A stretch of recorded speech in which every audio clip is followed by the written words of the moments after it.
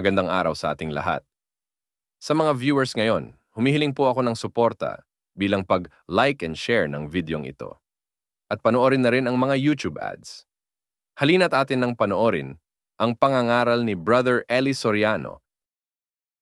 Pag-aaralan natin para nakahanda na tayo at ang ating mga kapatid sa katotohanan maaaring mangyari in hustisya para sa atin.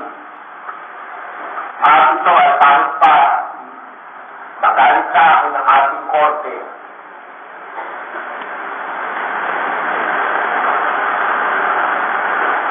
Sa Bilbigan Group, dahil meron akong balita na malakas ang lumalakad sa ating mga kaaway para tayo down. At hindi ko naman siguro kasalanan makabalita.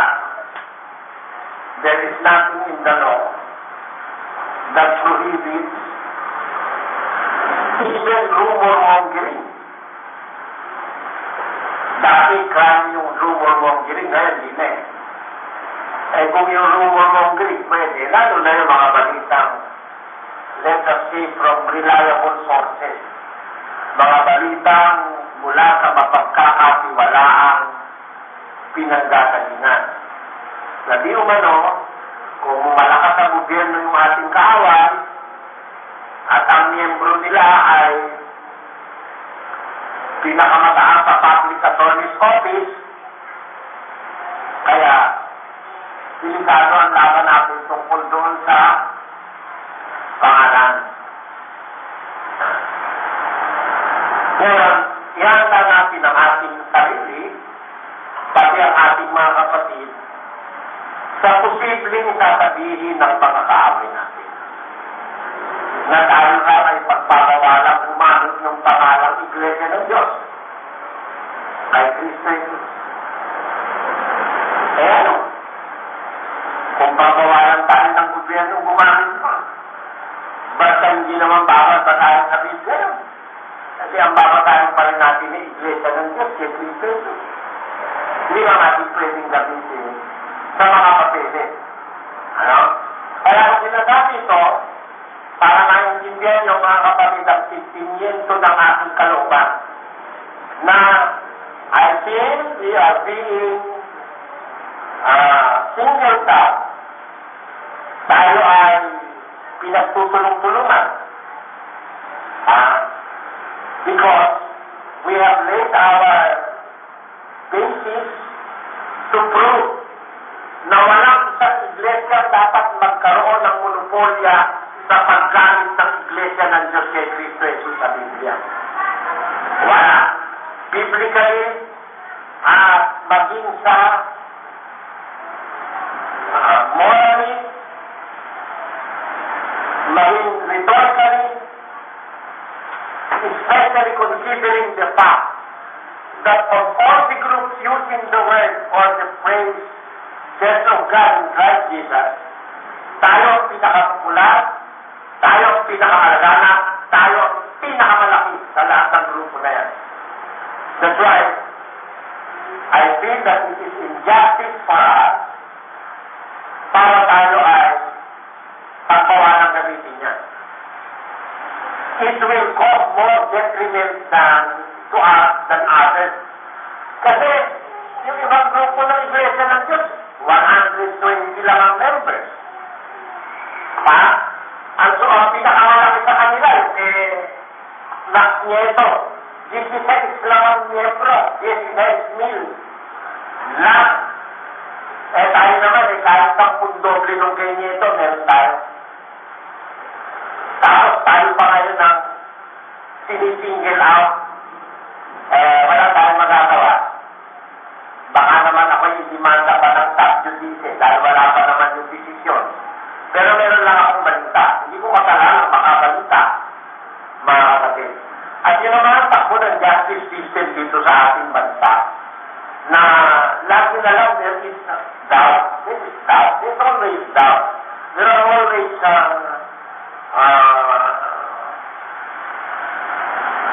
commentaries from different sectors about different issues na nire-resolve ng ating judicial system. Of course, there are people who are not contented of the judgment. Kaya, kung wala pa naman yun, hindi ko pa rin masabi, pero according to a very reliable informant, meron ng ganon. Wino-work out na ma-single out tayo, kaya we have no way to show to our members our sentiments and our basis, the basis of our faith, kung paano natin sila maaakal na maintindihan nila na hindi naman pala como ang isang samahan ay pinaburan na ng gobyerno. Ang samahan na yun ay sa Diyos. Ayon yan sa Biblia. Kung magagalit sa akin ng gobyerno, baka sila ayon sa Biblia. It doesn't mean na kung pinaburan ka ng gobyerno, ikaw na totoo. Alam nyo, may nag-aaway. At pinag-awayan yung pangalang Iglesia ng Diyos kay Cristo Jesus. Ang nag-aaway, grupo ni Chia at ni Laurel at saka yung grupo ni Payawan. Nanalo ang grupo ni Payawan hanggang sa Court of Appeal. Pero nang dumating ito sa Supreme Court, nanalo ang grupo ni Laurel. Yan. Alam niyo nangyari? On the process, dahil matagal na awayan, yung kay Payawan, nakakumbinsi ng mga converts from the group of Laurel and Chia. Nung manalo na sila Chia, saka sila Laurel, wala na silang membro. Sa Supreme Court, 40 na lang sila. At eventually, nung magkahalakaan naman na mayroong anomalya sa grupo ni Payawan, unti-unting naubos ang miyembro ni Payawan.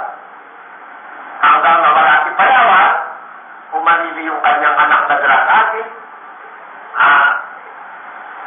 Dumating na 2001, dahil ang hula nila 2001 mag-uupo, marami nang naglalasan din sa grupo ni Payawan.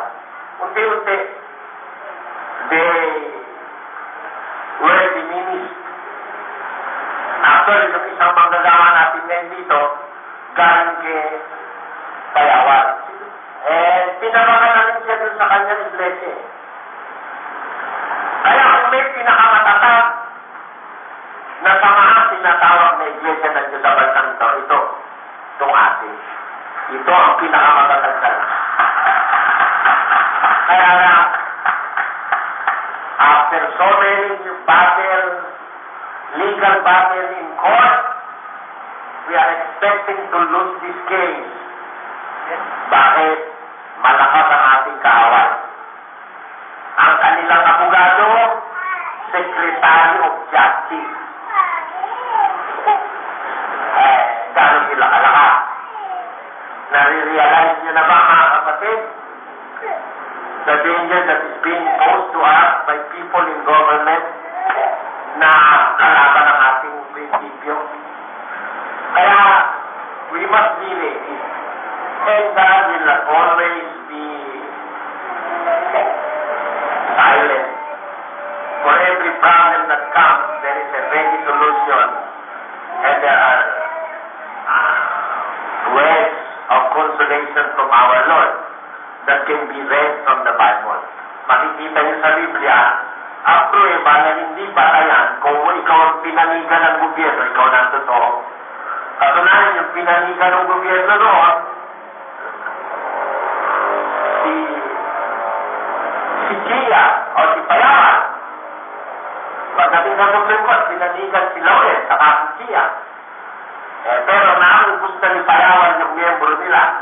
Alam, that is human justice. God is speaking that is injustice. Kasi ang batin niya, 10 taon, 15 taon, di ba? Ma-undermine na yung iyong samahan o bago ka manalo sa korte. Ay kagaya nito, na-asyempo naman yung ating kaaway, abogado nila, naging justice. Ngayon, alamin natin sa Biblia, anong batayan natin para maniwala tayo? This is a part of our faith. And nobody can prohibit me confessing my faith and teaching it to those people who trust my ministry. Ano ang batayan natin na hindi ko pinabulang ka ng gobyerno ikaw na sa Diyos. Yan ang ating aalamin sa pagtuturo ng Biblia. Let us study this thing. Ang ating first question, para introductory question to our theme, ano ang naging trato ng gobyerno ng mga tao sa mga katutubong lingkod ng Diyos? Speaking of those people who serve God since time immemorial, ano ba ang naging trato sa kanila ng gobyerno? How were they treated by the government of men? Ang sagot dito, pakinggan nyo sa 1:11 ng Exodo. Kaya naglagay sila ng mga tagapagpaatag upang dalamhatiin sila sa atang sa kanila. At kanilang pinagtayo si Faraon ng mga bayan na kamailan, nagliliba ang Pitom at Ramses. Ayun. Yung ang tinutukoy dito yung mga Israelites, yung katutubong lingkod ng Diyos. The first nation on earth to serve the God of the universe. The creator of the universe. The creator of the heavens and the earth. The most powerful God. Yung Diyos na yun, yung bayan niyang Israel, yung ginawa ng gobyerno ng Egypto. Sa bagay, ang Egypto it's an empire. Hindi lang sa Egypt na mamayani itong panahon. Egypt is an empire during that time. Nasasakop nila pati ang Ethiopia and the surrounding countries. Malaki ang kapangyarihan ng Egypto. Ang kanilang puno, si Faraon. Yun ang kanilang pinakahari. Yun ang kanilang mona, si Faraon. Ang ginawa ni Faraon, nilagyan sila ng tagapag-atak. Taskmasters. Inalipin ng Israelita, dinalanghati sa kanilang pagkaalipin. Kaya alam nyo, ang gobyerno ng tao, katutubo, ang mga lingkod ng Diyos, sinadalanghati, kagaya ng ginawa ng gobyerno ni Faraon sa mga Israelita ang lingkod ng Diyos. Ganyan yan. Dinalanghati nila, dinagyan ng tagapag-atak o taskmasters para sila'y pagmalupitan. Walang tigil sila sa trabaho. Inasi sila. Nagtatayo sila, hindi para sa kanila ang kakain mga Israelita. Ipinagtatayo nila si Faraon ng kamaligan, yung mga lalagyan ng pagkain sa Ramses at saka sa Pitom. Pero pagod nila, dugo nila, pero ang makikinabang ay ang mga Egyptyo. Ganyan po ang naging trato ng gobyerno ng mga tao sa mga lingkod ng Diyos ng una. Nung dumating naman ang panahon ng ating Panginoong Jesus, ito naman ang nangyari, pakinggan nyo, kay Kristo naman. At si Herodes, nakasama ang kanyang mga kawal, ay inalimura siya at siya'y niliba. At sinuotan siya ng maringal na damit at itinabalik siya kay Pilato. At sa araw niyon ay naging magkaibigan si Herodes at si Pilato sapagkat dating sila'y nagkakagalit. Ayon, si Herodes at saka si Pilato, si Herodes ay hari. Kuminsan tinatawag din niyang si Herodes na tetrarca. Ang tetrarca, ibig sabihin, naghahari siya sa 1/4 ng isang lugar o ng isang country. Si Herodes na tetrarca na hari, kung tawagin sa ibang pahinga ng Biblia, ay kaano naman niya ang prokurador na si Poncio Pilato. Magkaaway sila. Although they are both officials of the Roman Empire, magkaaway sa dalawang ito. Pero nung dumating na si Kristo yung umusigi na at paparusahan na, alam mo ginawa ni Herodes? Kristo ng damit na maganda, bangal. Parang tinutuya si Kristo na siya'y hari, no? Tapos, marilang na ang damit, pero ang nilagay naman corona, tinik. Diba? Parang ginawang kapatawanan si Kristo. Parang nakakita ka, halimbawa, pinagparang Tagalog, tapos, ang sapatos naman may rubber shoes. Ganon. Parang ganun ginawa kay Kristo ni Herodes. Pagkatapos, pinadala kay Pilato si Kristo. Ayan. Nung makita kayo ni Pilato na ang ginawa ni Herodes kay Kristo ganon, naging magkaibigan sila talaga. Dati silang magkagalit, pero nagkasundo sila against Christ. Nakita niyo mga kapatid? Kaya alam na ang nasa gobyerno, mas menos kalaban lang sa Diyos. Kasi, ang gobyerno ng mga tao, hindi naman madalas maka-Diyos eh. Pagkaraniwan na gobyerno ng mga tao, hindi maka-Diyos, maka-demonyo. Gaya ng gobyerno ng bansang Roma o ng imperyo ng Roma. Gaya ng gobyerno ng imperyo ng Egypto. Parehong malupit at to the expense or to the detriment of the people of God. Sa panahon ni Baon, yung Israel ang nagdusa. Sa panahon ni Pilato at ni Herodes si Kristo ang mga Kristiyano. Ang katunayan, pakinggan nyo sa 15. At sa pagkaibig ni Pilato na nagbigay loob sa karamihan, ay sinawalan sa kanila si Barabas at binigay si Jesus pagkatapos na siya'y mahampas niya upang siya ipako sa krus. Tingnan niyo, choosing between two people kung pwedeng pabulan ni Pilato si Kristo. Tama? Unang-una, wala namang record si Kristo. Inamin naman ni Pilato, wala akong makita anumang kasalanan sa tao ito na karapat-dapat sa kamatayan. Nagugat sa akin na kami. Pero dahil gusto ni Pilato mapamahal siya sa mga tao, mas pinaburan niya si Barabas. Ang pinawala ni Barabas para malpako naman si Kristo sa krus. Ano? Di ba maganda ang ating halimbawang nabasa? Pruweba na mas pinapaburan ng gobyerno kung minsan yung hindi tama kaysa sa tama. Mas pinaburan yung tulisan na mamamatay taong kriminal na si Barabas kaysa kay Kristo ng gobyerno ni Pilato. Kaya hindi tayo magtataka mga kapatid. Kung sa ating panahon, mas paburan yung mali kaysa sa atin. Tingnan mo sa iglesia ni Manalo. Diskusyon lang, nakakakuha sila ng tiyago. Wala akong alam na kasaysayan kahit saan palit ng mundo na ang diskusyon natin tiyago. Bakit? Malakas sila sa gobyerno. Wala rin akong alam na wala namang sugat. There is no blood oozing from the body of a person na kung pwedeng magdimanda siya ng frustrated mother. Nakakata. Kasi, ang frustrated or affected mother, kaya ang papatayan, pag ang isang nagko-complain ay nagkaroon ng sugat na ikamamatay kung hindi nagamot. Kaya ang frustrated mother, frustrated love affair. Yan. Nagliligawan na kayo, nagkasundo na kayo, dapat na natuklasan ng babae, meron ka na palang asawa, umatras yung babae, kaya frustrated ka. Ganun ang kahulugan ng salitang frustrated eh. It should have happened kung walang nakapigil.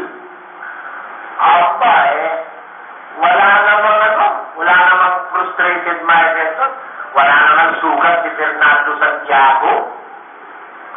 Bakit pumasa sa piskal? Kasi sabi ng piskal, malaki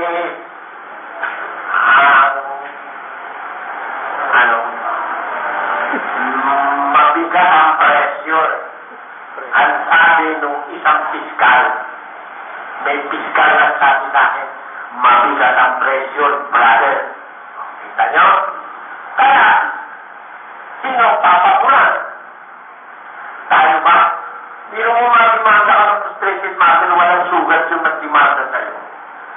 Kasi pagka frustrated murder, nasugatan ng isang sugat na ikamamatay. Na kaya lang hindi namatay dahil natakot.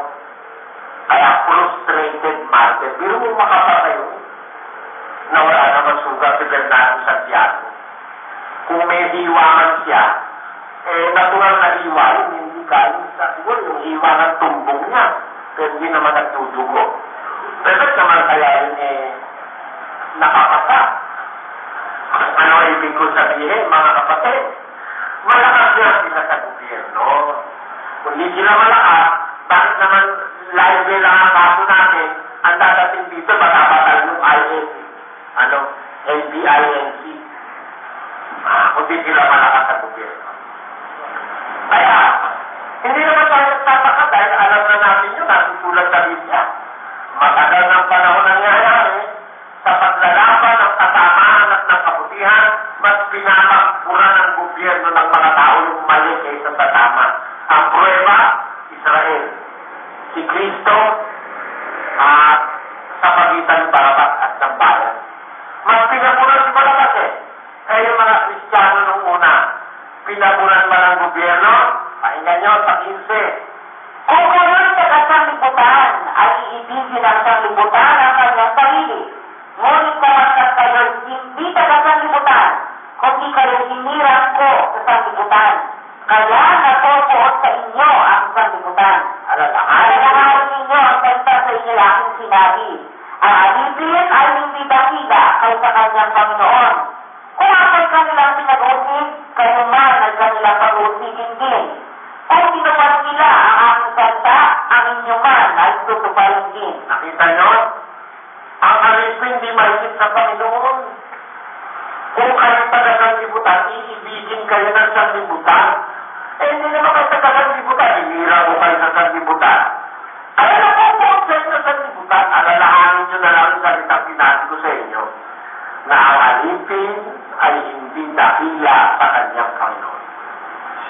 Yun ang ating consolation. We are not more than Christ. We are not above Christ. If Christ our Lord was persecuted by these evil doers, so much so, tayo rin. Yun ang nasa Biblia. Akalagaan yun na pangyayari. Kaya kung makaranas man tayo ng ganyan, ano po lang sa tayo mga kapatid? I-bring na surprise ko na mas pabulan ng gobyerno yung mali kaysa sa tama. Dahil ang gobyerno ng tao na i-impluensyahan. Ang gobyerno ng tao na susuhulan. Ang gobyerno ng tao na bubulagan. Yan ang dapat nyo makita. 9:24 ng O. Nakasulat, ang lupa nabigay sa kamay ng masama. Kanya tinatakpan ang mga mukha ng mga hukom nito. Pati hukom pwedeng takpan ng mukha. Ako naman hindi naman ako kahapon lang pinanganak Mga kapatid pinuntahan ko mismo si Senadora Santiago. Ang kanyang asawa, si June Santiago. Ang pumasok sa atin sa autopapil, Inares Santiago. Pakikita niyo siguro ang koneksyon, Ang pumasok sa atin na nagpatalo sa atin, Inares Santiago. Ang pinantahan ko yung kaibigan ko si Senadora Santiago. Nakausap ko ang kanyang asawa na si June Santiago. Ang umawak na kaso natin, Inares Santiago. Humihingi kami ng paliwanag. Bakit? Ang sagot, huwag mo nang itanong, Brother Eddie. Bakit? Mabigal ang presyo. That's it. That's it. Mabigal ang presyo. Alam na presyo dyan. Mabuti nga lang mabuti kung high blood pressure lang yan. Argument lang, bababa yan. O kaya mga beta-blockers. Hindi pressure ng high blood pressure yan. Kaya yan alam ko yan Ako naman kahapon lang pinanganak, hindi naman ako tanga.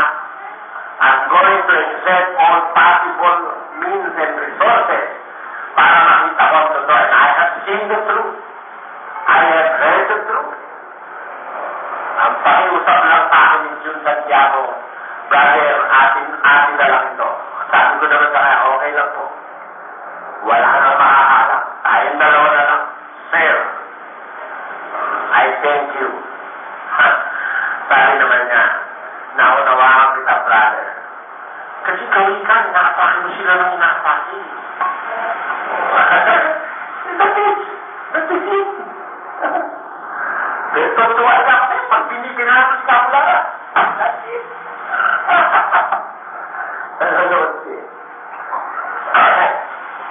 Alam nila eh. Yun. Makakulang pa tayo. Sipin mo ha, ang kausap ko, kamag-anak mismo. Lulukuhin mo naman ako ng kamag-anak. Hindi ako lulukuhin. Wala na ilan para lukuhin ako nila. Kaya, alam nyo, mga kapatid, tama kami dyan, kahit kailan, kung kayo taga-sanlibutan, iibigin ng sanlibutan ang kanyang sarili. Ngunit sapagkat hindi kayo taga-sanlibutan, kundi kayo sinira ko sa sanlibutan, kaya nakukuot sa inyo ang sanlibutan. Yes. O kaya aasa pa ba tayo ng pabor sa gobyerno ng mga tao, mga kapatid? Wala. Makakampihan nila yung malatakas. Pero, sino ang pagkaraniwang nakakakuha ng pabor sa gobyerno ng mga tao? Sino? I-analyze natin, i-classify natin, sinong mga nakakakuha ng pabor sa gobyerno ng mga tao? Pakinggan. Sila ay sa sanlibutan. Kaya tungkol sa sanlibutan ang sinasalita nila at sila ay binibinig ng sanlibutan. Sino nakakakuha ng pabor? Yung kadiwa nila. Tama, hindi. Kadiwa nila. Sila'y taga-sanlibutan. Ang binasabi nila tungkol sa sanlibutan, binirinig sila ng sanlibutan. Ay, sino ngayon ang diringgit? Tayo o sila? Siyempre, kung yung gobyerno makasanlibutan, siyempre, pakikinggan niya, yung kadiwa niya. Tayo ba pakikinggan? Magsalita kayo, pagtatangan ng kapay. Ikaw may-ari? Kaya lumagot. Mahiyan mo. Di mo ba alam na may kapangyarihan ako, ipakulong ka o pakukat ako o pawalang ka? Sinagot siya, nakakita siya sa tama. Hoy, kung hindi ka bigyan ng anumang kapangyarihan mula sa langit, hindi ka magkakaroon ng anumang kapangyarihan laban sa akin.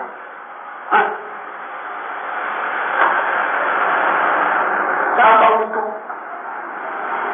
Kung ako Kristo, ganun ang dialogue to.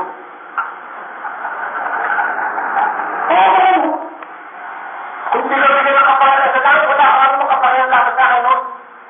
Patuwa kita din. Kung ako Kristo. Eh, hindi ako Kristo eh. Mabait yung Kristo eh. Ha? Kaya nakashare ko kami Soriano ang ginanong mo. Parang tayo ka, patayin mo na ako walang yaka. Totoo naman ang sasabihin ko eh. Kung hindi ka bigyan ng aking ama ng kapangyarihan, hindi ka magkakaroon ng kapangyarihan dapat sa akin. Kaya sabi mo tayo, hari ka ba ate? Saan ang kaharian mo? Ang kaharian ko hindi dito. Nakontento si Pilato sa kasiron, kasi bakit? Alam nila, atawag sila ng kaharian, hindi dito kaharian.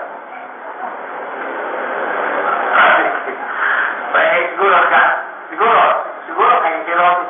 Sila na walang tuko sa punto. Hindi rin dito kaharian ka, kaya yung mga taga-sanlibutan, gano'n ang magiging analysis pag nagsasalita eh. Parang sila, hindi nila alam sila.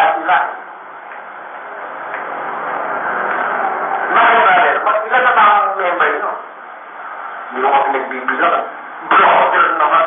Pilipinig tayo ako kayo pagbibilang. Hindi mo magbibilang. At kanya, natatawa sila sa atin eh. Uy, kayo naman. Bakit kung tignan ko kayo? Ay, kayo ang tsura nyo. Parang hilo.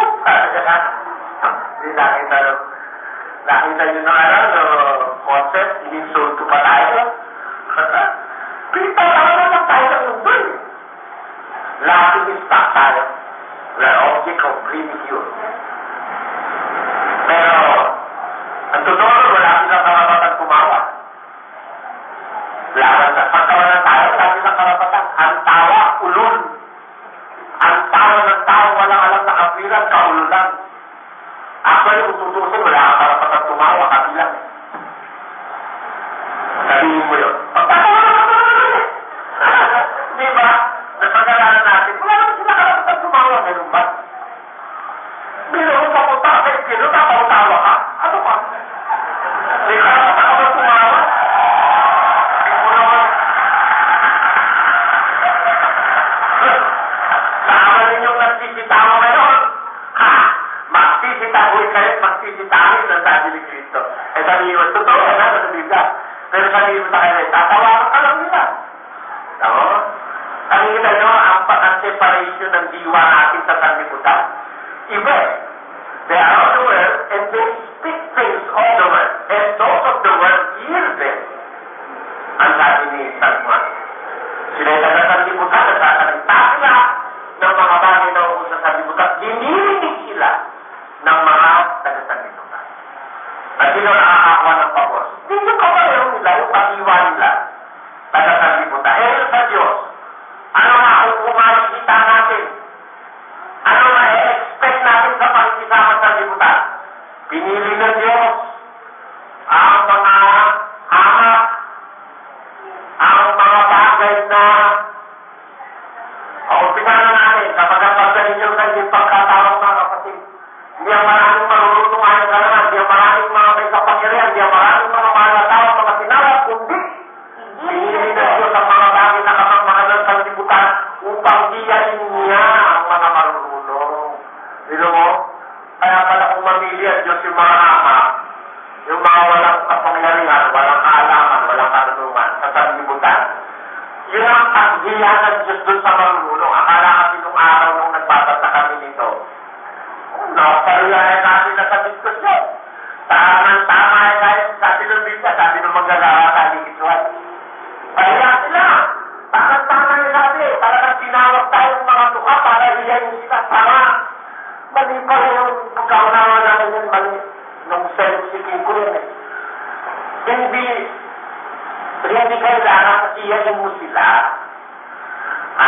Hindi pa kayo nag-minit sa diskusyon kasi hiyan na nila eh.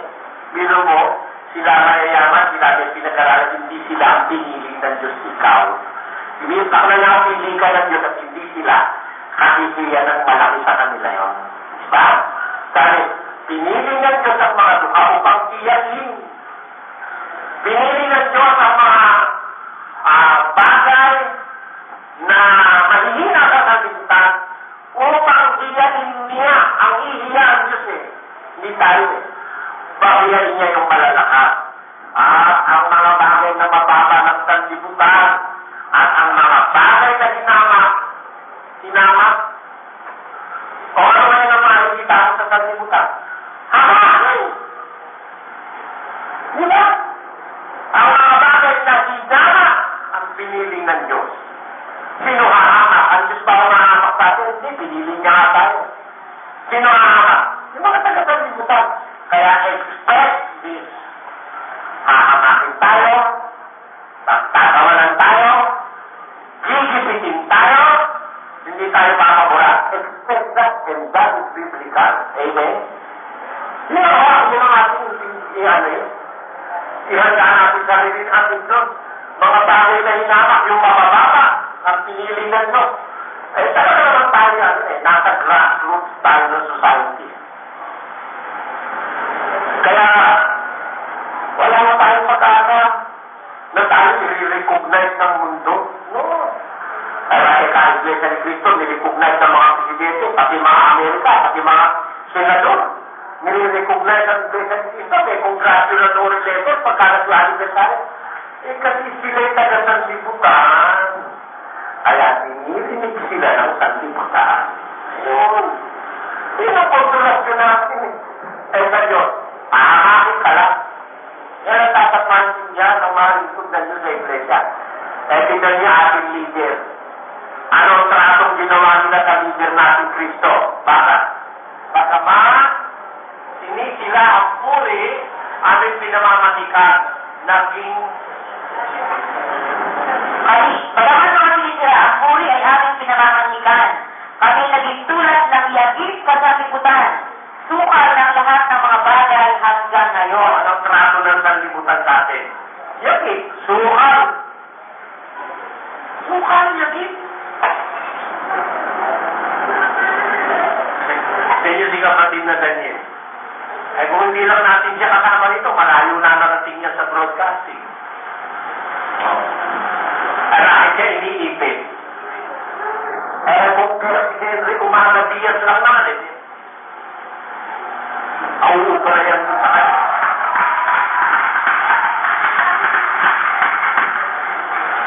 Sa forma-forma na lang at nakasabotit, hindi naman sila uupa.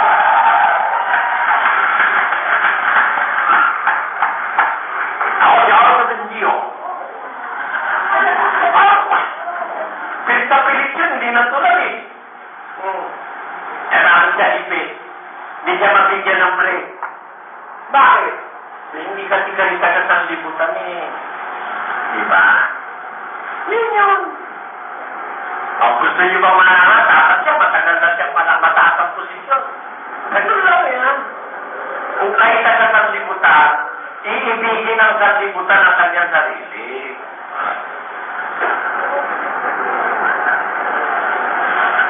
Kaya alam niyo mga kapatid, we have nothing to expect from them.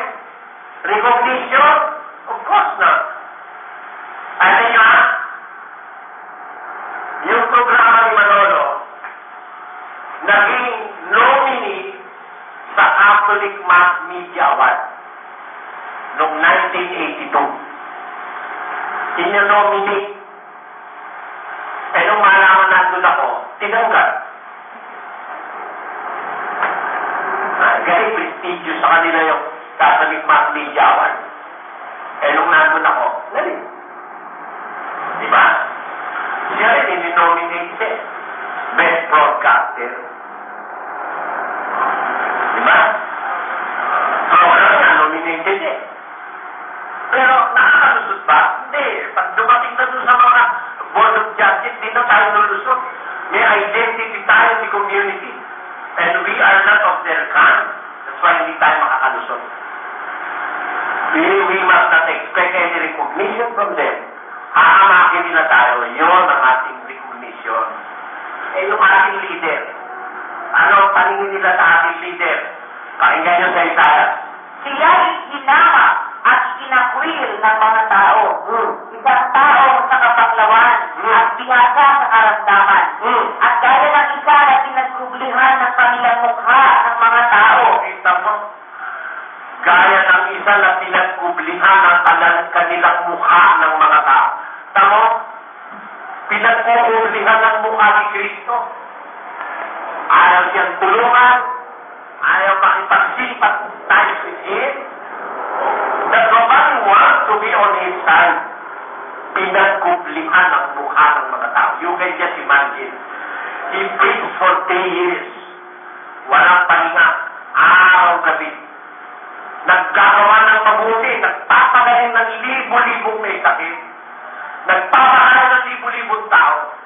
But upon His death, He has made more enemies than friends. Meron lang 500 ang miyembro ng iglesia ang mamatay si Kristo. Sabi nga, dahil ang tinulungan niya, hindi siya nirecognize. Yung ginawa niya ng mabuti, hindi pa rin siya. Walang tumanaw ng utang na loob. 500 ang miyembro ng iglesia. Mahigit na 500 nung mamatay si Kristo at mabuhay na muli. Eh kung yung pala kung ginawa niya ng mabuti na yung umaga, may libo-libo na lang na miyembro tapos siya namatay. Kaya hindi eh. Kung talagang yan sa Diyos, seldom na makakuha ka ng recognition. Pati nga yung leader natin eh, hindi man nila kinikilala eh. Diba? Yung talagang leader ng Kristiyanismo, yung talagang Kristo, pinagpupublihan ang mukha ng mga tao. Yan ang dapat yung makita. Ngayon, eh bakit hindi ba yan ang pagkilala ng gobyerno sa pagsasama-sama para ito'y maging sa Diyos? Baka kung ba kinampihan ng gobyerno yung haligid suhay, nanalo sila sa aso, sila natotoo,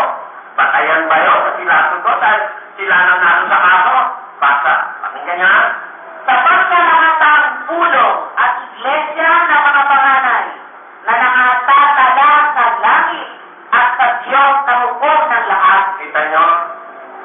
Eto bibigyan ko kayo ng circumstantial evidences. Kailan umiral ang iglesia ng mga panganay?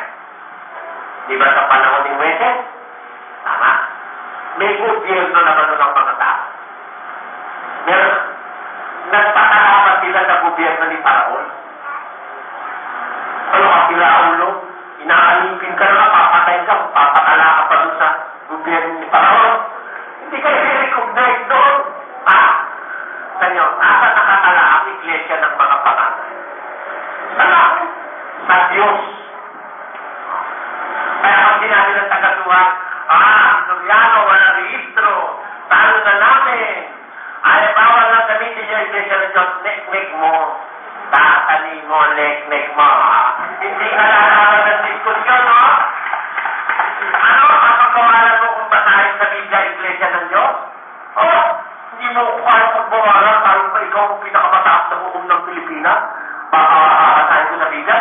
No, of course not. I am in my right senses. I tell you, ikulong mo na ako, pakakasahin mo pa rin sa Biblia yung iglesia ng Diyos. Pwede mo kong pagbawalan, hindi mo na nga ilalagay sa papel. Pero I will preach it. Because that's my faith. The true church in the Bible is the church of God in Christ Jesus. Amen? There is no power in the government.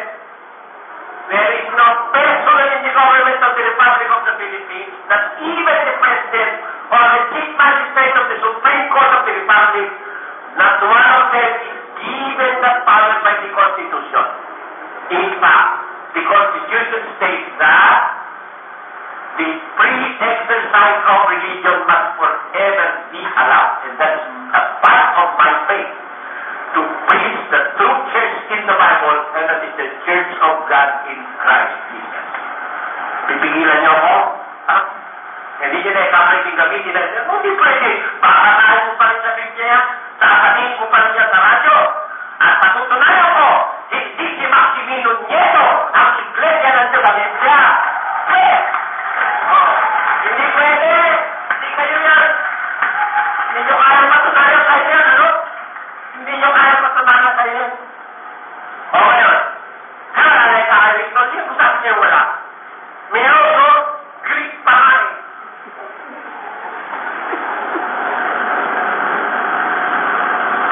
Ecclesia Theos. Mag-aaral na ako ng Greek. Alam ni Jesus yun eh. General Secretary siya doon sa iglesia na yun.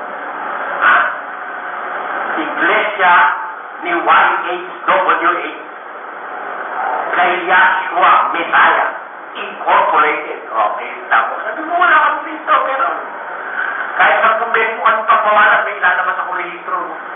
Hindi ako kasintahan ng iniisip ninyo.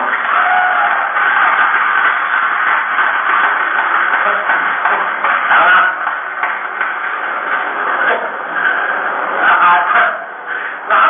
Palagay ko, hindi pa ipinahatak yung pastor na makapag-iisip ng gaya ng pag-iisip ko eh. Sa pakiramdam ko lang. Sa pakiramdam ko lang. Lalo na sa pagtataguhin ng katotohanan, nararamdaman ko kasi, parang sabi ni Pablo, wala kaming anumang magagawang laban sa katotohanan, kundi ayon sa katotohanan. That is my faith. Ang lahat ng bagay aking magagawa, puro sa nagpapalakas sa akin. Amen? Kaya subukan nyo, kung di kami malakas, lakas nga namin sa amin Diyos eh. Ang tunay malakas kami sa amin Diyos, di niya kami pinababayaan, pinagtutulungan nyo kami, hindi nyo kami mahigiba, lalo kami tumatatap. Mas marami na kayong miyembro ang dating daan that 10 years ago. Okay na mo? Humanda kayo! Hindi nyo kaya ang organisasyon ito.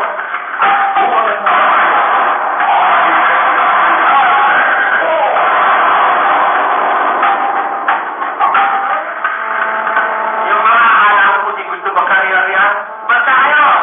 Ano na ba kayo? 2002? Sa 2004, wala na kayo dyan. Eklas nyo.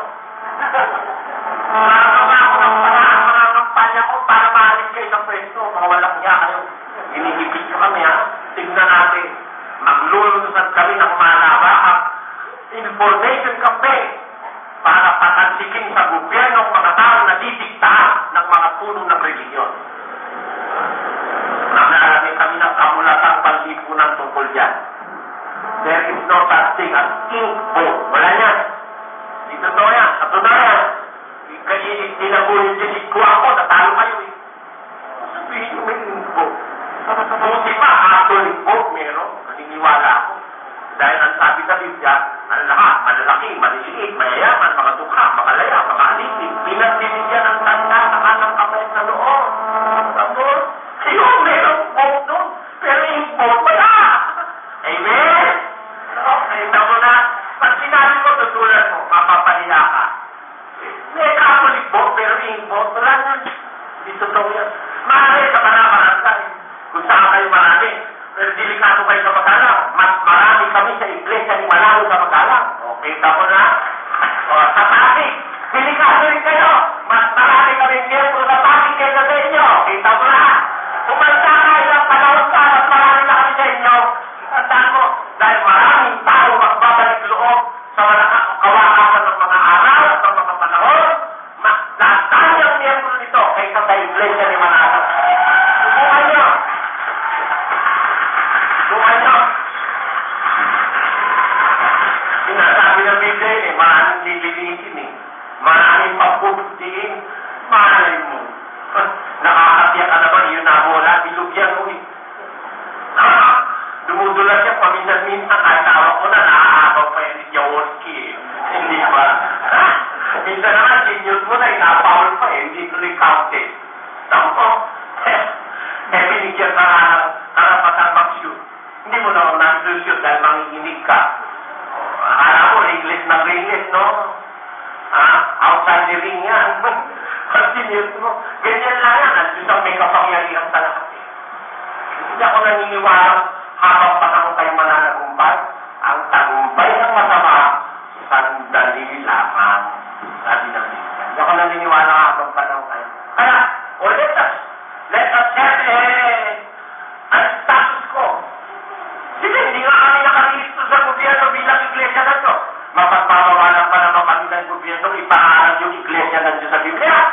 Ayun nga, sinong may strando kumukuha ng karapatan sa konstitusyon para magpawala kami batayan ng Biblia? Meron ba? Wala. Check mo. Tanga. Hindi naman makakagamit. Magagamit namin yan. I-Englishin pa nga namin yan eh. Kakatilahin pa namin yan eh. Gregorian pa namin yan. Gusto mo, lalatinin pa namin yan eh. O gusto mo, Hebrewin pa namin yan eh. Nakarehistro ba kayo? Hindi. Nakarehistro. Gusto mo, magpunta ka ng Security Selective Mission. Iglesia ni YHWH at ni Yahshua Misaya Incorporated. Nakarehistro. 1990 pa lang, nakarehistro na yun. Dinidimanda mo pa lang kami, nakarehistro na ako, no?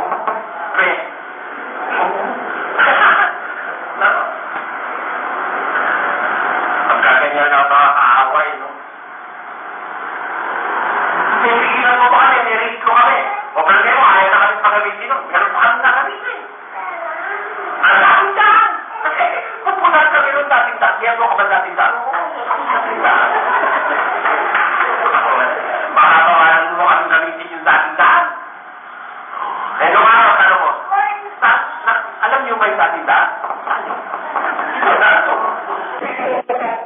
Pwede mo kami pagbawalan ng dating daan. Kaya papapigilan nyo kami sa pangarap eh. Pag wala na kami pera, papigilan nyo kami. Pero kami pera kami. Ha? Habang may kapatid na nagtitiwala nag-aabuloy sa mga ito, ipangangalan namin ang aral ng Panginoong Kristo nang walang pag-iimbot. Basta may pangkalit kami. At ngayon, hindi na ako natatakot yung tatakutin tayo ng TV station. O paasin ka namin dito. Ano nga, takot kayo pag pinapaalis na kami. Ang totoo ay hindi umahanap magtao ito. Ang alam nila yung ating ay totoo. Madami nila ko sa mga brother yun. Brother, biyan mo. Darating din ang araw magkikita tayo sa kapali. Ba't hindi pa kayo? Ito mo na bata pa ako. Lahat ng mga tao. Kaya nakikinig sila. Alam nila tama eh. Alam nila. Alam mo sila. Alam nila. Yung nakausap kong iglesia ni Manalo kanina eh. Dahil ako po'y tinutong na pero may duda pa po ako. Sabi niya, Ano po yun? Gusto ko sana magtanong, ano ba yung kaalalan mo? Alam mo, ganyan mo lang, kaalalan ang tinatanong. Alam nyo, mali po approach sa inyo. Yung tama, ang tama ito. Hindi namin ipinangaral ang ating sarili, kundi si Kristo Jesus na Panginoon. Yan po ang dapat unan yung tignan niya. Ano ipinangaral ang sarili o si Kristo Jesus na Panginoon? Dapat tumawag na si Kristo. Kaya yung aral muna, tignan nyo. Kung sino man tao nag-iibig gumawa ng kanyang kalooban, nakikilala niya ang turo, ang aral. Kung muna akong pag-usapan natin. Narinig nyo na lahat ng aral. Wala kayong maitutol. Tama. Saka ako na rin ang pag-usapan natin. Ito yun. Sino makakakuha ng malinis sa marumi? Wala. Eh, bakit sa akong aral na malinis sa akin yung narinig, hindi kayo manalo? Ano ibig sabihin? Wala kayo manalo yung narinig sa akin. Bakit? Eh, malinis na aral ng Diyos yun eh. Bakit hindi nilagay ng Diyos kayo manalo? Siguro ako, marumi si manalo. Eh, bakit niya narinig? Siguro ako, hindi ako marumi. Ano ba siya? Hindi ako marumi. Eh, tayo na, tatawagin na ako ni Joseph. Iniwan ko muna sa ano. Pagkatapos ko magsalita, mag-text, pagkatapos magsalita, pinakawan ako. Bigyan na lang yun eh. Kinikilala niya sa gwapo sa akin. Pagkakatawag lang. Hanggang doon.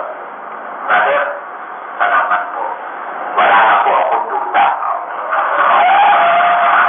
Ano ibig sabihin nun? May awa ang Diyos, makukutis mo nga na yun sa biyernes kung lolo. Kaya nakakabot sa kaya natin kapatid na Romy kanina. Kaya, ano yun? Sabi ko, di mo na ipag-usapan yung karapatan yung aral na hindi kasi pwedeng maaral ng totoo yung walang karapatan. Kaya yung aral na pagpapatunay na yun na ikaw may karapatan.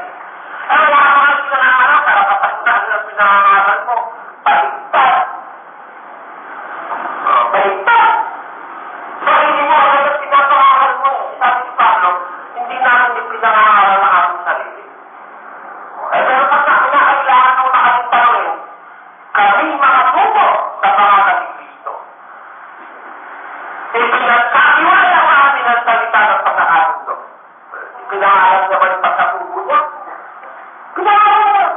Pero pag napuli na lang yun pag may nagdududa na. Pag wala pangalan muna pag-usapan natin. Dapat kasi mauna si Kristo. Hindi yung ating sarili. Pinagaling ng Biblia. Siguro dahil wala ko dyan na sinabi ko kanina. Eh, salamat sa Diyos.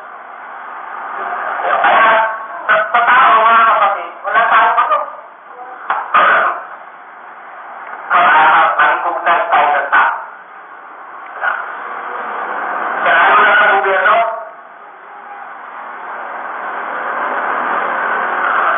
Kaya naman ba, wala tayo na rehistro, pero palayo pa rin yun. May rehistro pa rin tayo. Nakarehistro yung bayan ng katotohanan. Kaya tatawa na ako. Ito natin eh. Kaya nakarehistro ni Soriano ng bayan ng katotohanan dahil may kaalam niya, tao na sila. Sinagot ng mga abogado natin, hoy, wala kayong pakialam sa rehistro namin. Pero wala natin pati yung rehistro natin isa, pinupo na. Meron tayo rehistro isa pa, bayan ng katotohanan. Kaya lang lang rehistro natin, wala pa silang balita, meron pa tayo pitong rehistro iba. Nakaya ko po sa inyo kung ano nang gagamitin rehistro. No.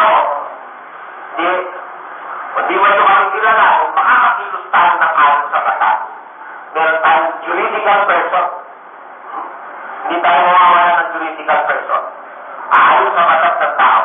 Ngayon, kung ano pa, hindi tayo kinikilala ng gobyerno. Ayaw na tayo bigyan ng recognition. Ayan naman ang sabi ng Diyos tungkol sa atin. Pakinggan nyo.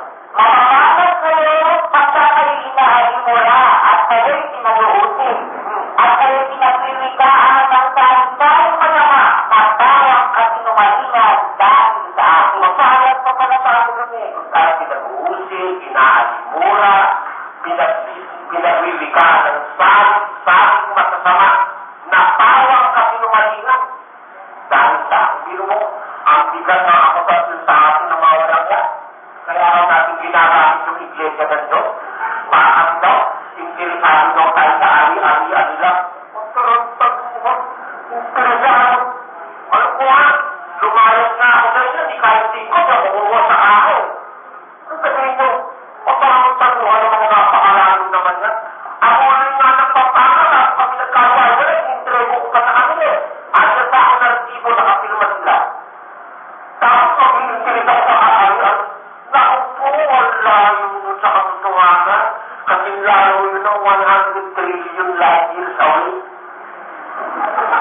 Pinabilagin ko yung kaya ako nakakita na nagkikita doon tayo sa kanila kalaman.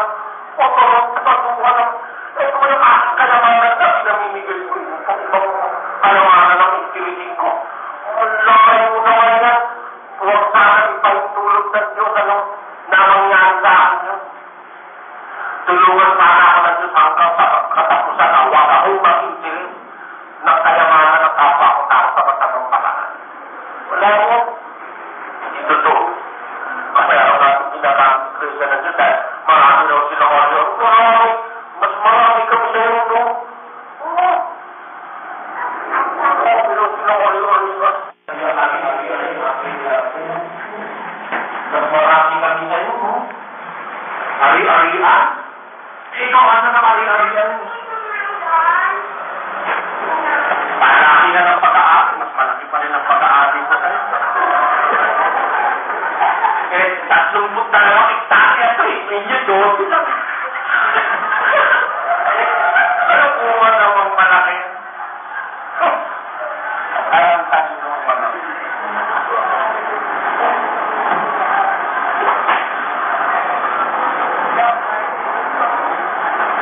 Kaya hindi tayo dapat masurpresa kung sila ang pamulan ng gobyerno, no? Hindi tayo dapat masurpresa. Yung mga unang Kristiyano, mga Israelite, tayo lahat ng lingkod na Diyos sa una, hindi nakakuha ng recognition sa gobyerno eh. Hindi. Pinagtatawanan. Si Pablo nga, tinutuyawan ni Haring Agripa eh. Haring Agripa ba yun o Pesto? Sabi niya, Pablo, sa kaunting pangikaya, gusto mo ako maging Kristiyano? Agripa. Akala ba nung gamitin ni Agripa yung Kristiyano, no? It's a name of honor. Nung araw, ang mga Kristiyano, hindi sila nagsasabing sila'y Kristiyano. Hindi, nung araw, at sila'y nakisama sa iglesia sa buong ng taon, at ang mga anak at pinasimulang tawaging mga Kristiyano sa Antioquia. Sino tumawag? Yung mga tao. Tinawag yung mga anak at they did not put that name to themselves.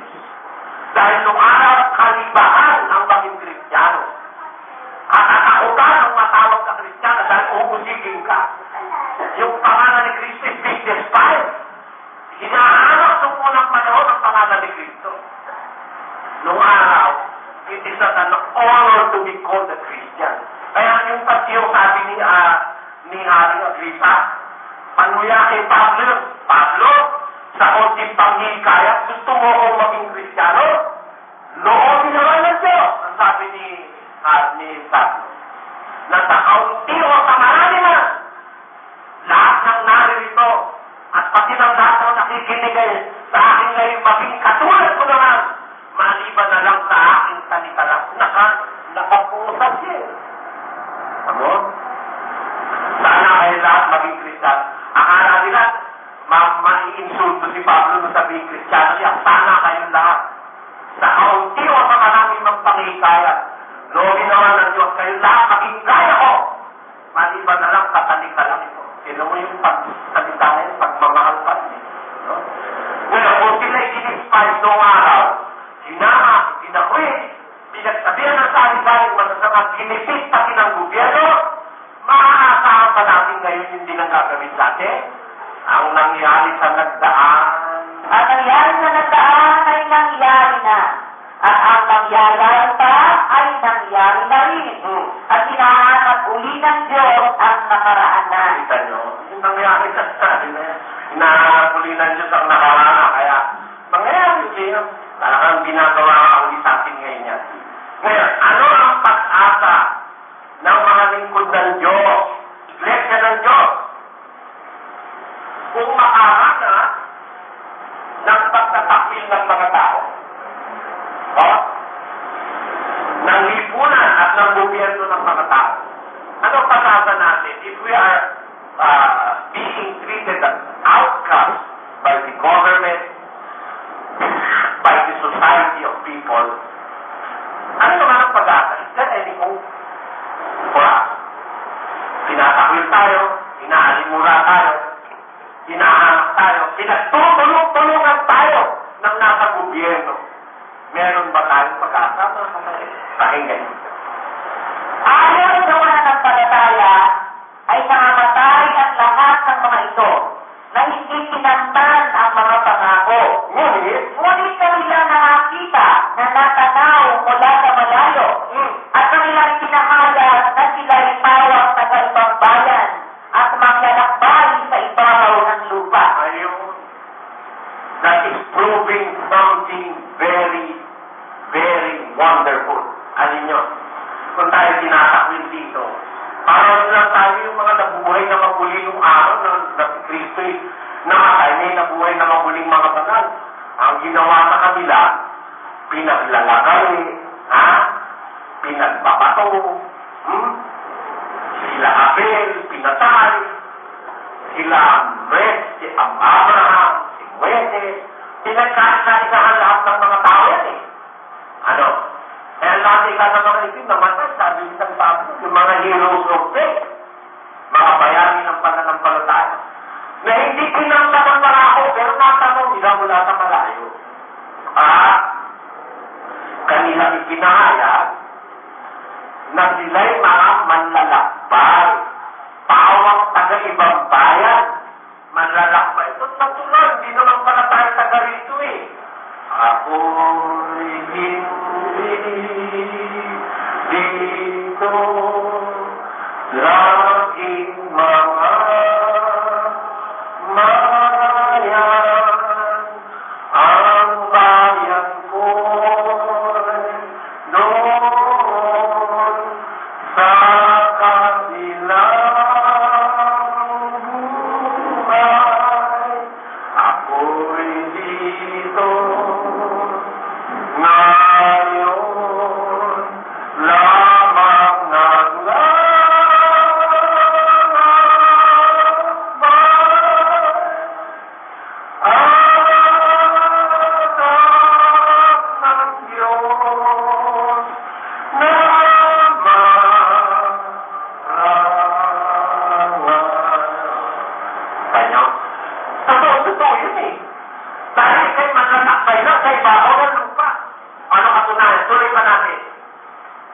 Sapagkat ang mga nagsisipagsabi ng mga bagay na gayon ay nagpapakilala ang hinahanap nila ang lupain kanilang sarili. This is not our word. Ang nagsasabi ng mga ganung bagay na yung manlalakbay lang sila, hindi sila taga rito sa lupa. Nagsasabi ng gayon, nagpapakilalang hinahanap nila ang lupain kanilang sarili. Kung itutuloy pa yan sa 16, tuloy. Ngunit ngayon ay nagnanasa sila ng lalong magaling na lupain sa mga bagay ang sa langit. Kaya hindi sila pinaniniya ng Diyos na tawaging Diyos nila. Sapagkat kanilang ipinaghanda nila ng isang bayan. Kita nyo, pinaghanda sila ng isang bayan. Kaya hindi nahihiya ang Diyos na tawagin natin siya'y ating Diyos. Bakit? Ang nagnanatay sa sila ng lalong mabuting lupain, lalong magaling na lupain sa makapitbagayan sa langit. Wala naman tayo parang makakapahan talaga eh. Hindi naman tayo taga-rito eh. Sino ba magiging kakampi natin dito? Hindi naman pala tayo dito taga-rito, manlalakbay lang tayo. Sino naman ang bibigay ng papur sa atin dito? Di ba? Hindi nga tayo nila i-recognize. Bakit? Hindi tayo taga-rito eh. Ang inyong pagkamamamayan nasa langit mula roon. Hinihintay naman natin ang tagapagligtas na si Jesucristo, ang Panginoon, na siyang nagbabago ng katawan ng ating pagkamababa upang maging katulad ng katawan ng kanyang kaluwalhatian ayon sa paggawa na may pagpasuko niya lahat ng makabagay sa kanya. Kaya hindi tayo sa ganito eh. Ang ating pagkamamayan sa langit, asa ang recognition natin. Nasa langit. Kaya asa ang rehistro natin. Nasa langit din. Rehistro natin. Okay, mga lalakay, nalisin tayo sa security, mga kapatid. May rehistro pa rin tayo nasa langit. Nakatalago ng inyong pangalan sa aklat ng buhay. Ayan ang sabi ng Biblia. Nothing to worry about, nothing to be sorry of, or sorry for, nothing to grieve.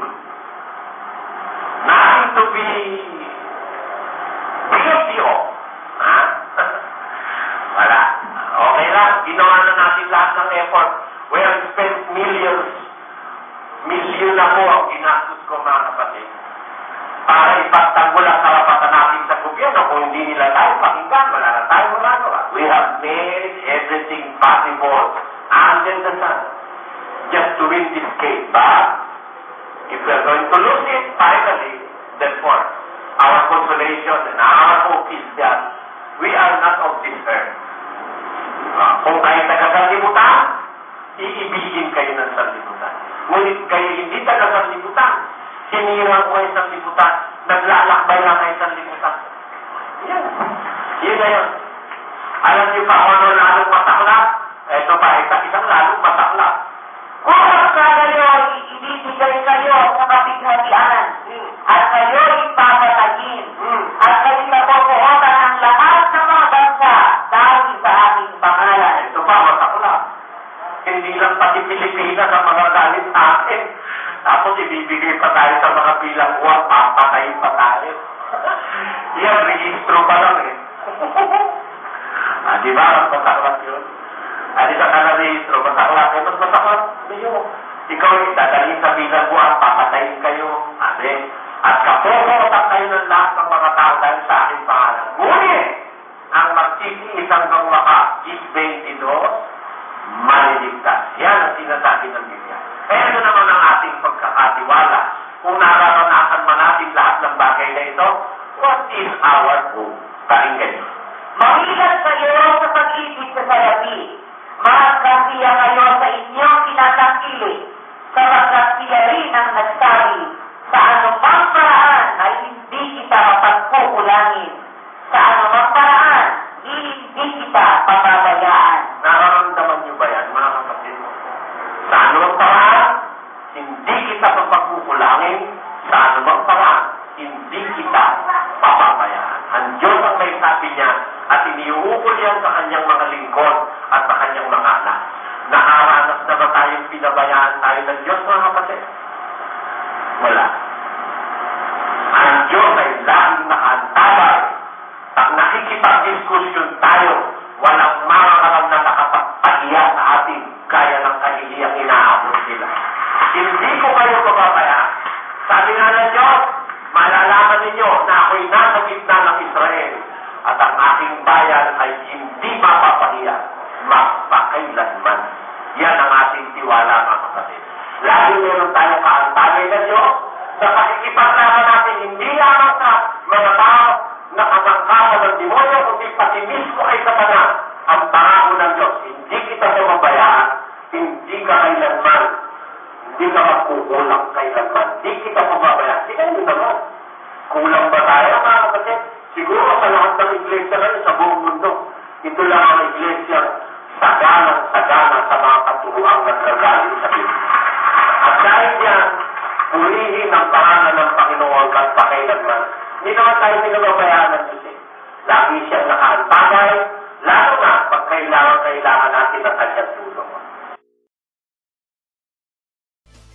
Maraming salamat sa mga nanood at sa mga hindi nag-skip ng mga YouTube ads bilang suporta sa aking channel.